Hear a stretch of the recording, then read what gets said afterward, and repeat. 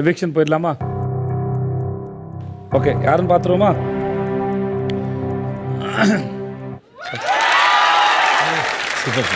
Sir Diwakar வாங்க sir, வாங்க sir, வாங்க சார், எல்லார்ட்டையும் பாய் சொல்லிட்டு வாங்க சார்.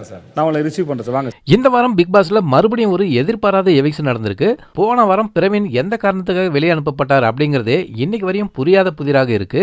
ஆனா இந்த வாரம் நேத்து எபிசோட்லயே ரொம்ப சீப்பா பிஹேவ் பண்றாரு அப்படின்னு திவாகர் சொன்னதுமே விஜய் சேதுபதி பயங்கர கோபமாகி திவாகரை கண்டபடி திட்டி உட்கார வச்சுட்டாரு. திவாகர் ஜாதி ரீதியா பிஹேவ் பண்றாரு அப்படின்னு சோசியல் மீடியாவில் பல விஷயங்கள் வைரலா போச்சு.